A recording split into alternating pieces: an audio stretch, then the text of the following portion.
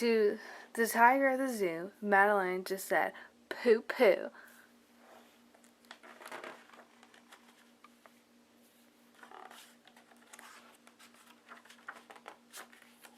And nobody knew how to frighten Miss Clavell.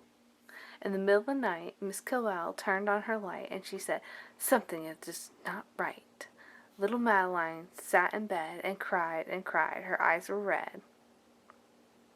And soon after Dr. Cohen came, he rushed to the phone and he dialed 9-ton-6. "Nurse," he said, "it's the appendix." Everyone cried.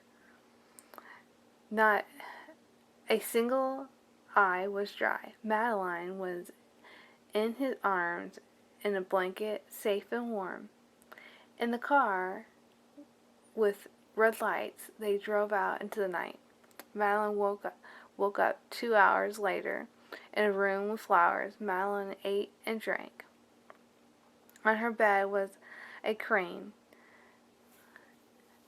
and a crack on the ceiling looked like a habit, sometimes looking like a rabbit. Were birds, trees, and sky. And so 10 days passed quickly by.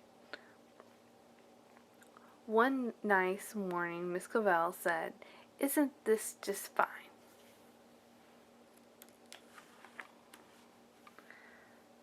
Day to visit Madeline. Visitors from 2 to 4 read a sign outside the door, tiptoeing with solemn faces with their flowers and vase. They walked and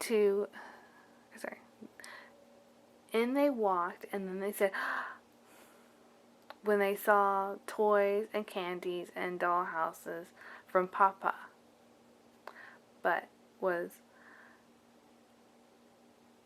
the biggest surprise by far was on her stomach was a scar.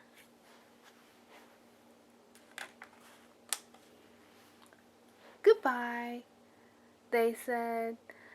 "We'll come again." The little girls left in the rain. They went home and broke bread. They brushed their teeth, and they went to bed.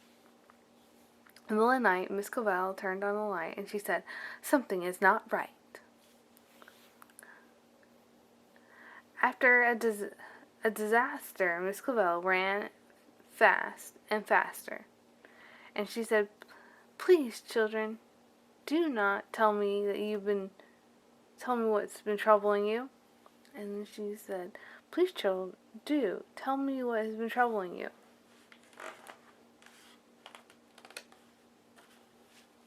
And the little girl's cries, "Boo-hoo, we want to have our appendix out too."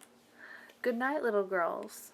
Thank you, the Lord, that you are well, and go back to sleep," said Miss Clavell. And they turned out their lights and closed the door. And they all said, "This isn't anymore."